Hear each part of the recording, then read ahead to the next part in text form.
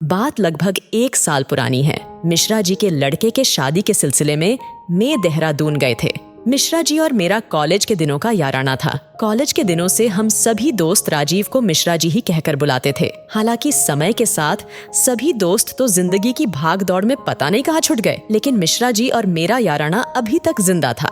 खैर, सुबह की फ्लाइट पकड़कर मैं देहरादून पहुंचा। मिश्रा जी ने मुझे बताया कि वे मुझे लेने एयरपोर्ट ही आ रहे हैं। मैंने मेरे लिए इस तरह परेशान होने पर उनको मना किया, लेकिन बात ना मानना तो मिश्रा जी की पुरानी आदत थी। सुबह लगभग 9:30 बजे में देहरादून पहुंचा। मिश्रा जी मुझे रिसेप्शन पर ही कॉफी पीते हुए दिख गए। उनके साथ उनका बेटा आशीष था, जिसकी शादी में मैं आया था।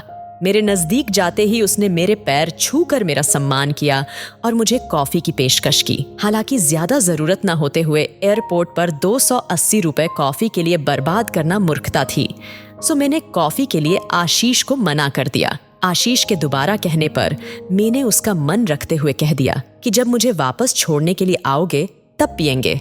मिश्रा जी ने मुझे बताया कि उनके एक और खास मित्र भी आने वाले हैं, तो उन्हें भी साथ लेना है। कुछ देर बाद एक और फ्लाइट लखनऊ से आई और एक लगभग 70 साल का व्यक्ति मुझे मिश्रा जी की ओर हाथ हिलाते हुए आते हुए दिखाई दिया। लेकिन रिसेप्शन के पास आते आते अचानक उनकी तबीयत बिगड़ गई। हम तुरंत उन्हें नजदीक के एक अस्पताल में ले गए। डॉक्टर ने बताया कि सफर में थकावट के कारण थोड़ी सी तबीयत खराब हो गई है।